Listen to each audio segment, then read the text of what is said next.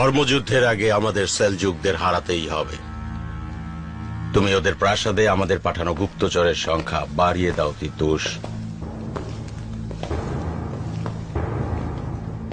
সম্পূর্ণ প্রাসাদ শীঘ্রই আমাদের দখলে চলে আসবে। পাদ্রীদের ভেতরই একটা দল আছে যারা এই ধর্মযুদ্ধের বিপক্ষে তিতুস। তাতে অবাক হওয়ার কিছু নেই। পুরো ইউরোপকে লড়াইয়ের জন্য উদ্বুদ্ধ করে তুলতে হবে। যেভাবেই হোক এই কাজ করতে হবে। পুরো দুনিয়াকে জেরুজালেমের পক্ষে এনে আমাদের লড়াই চালিয়ে যেতে হবে, আর তার জন্য অনেককেই উস্কে দিতে হবে যেন তারা আমাদের আক্রমণ করে।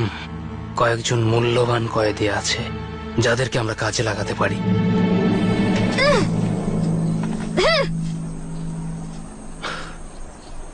এত তেজ কিসের?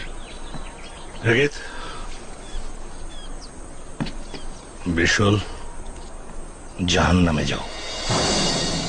নিয়ে চলো। কোথায় নিয়ে যাবে? মরার জন্য এত উতলা?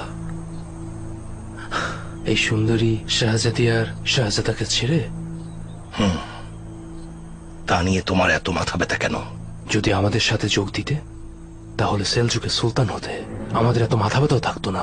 তোমাদের সাথে যোগ দেওয়া মানে পোপের গোলামি করা না, বরং শান্তি আর নতুন জগতের আধিপত্য, আমাদের সাথে সমান অধিকারের ক্ষমতা।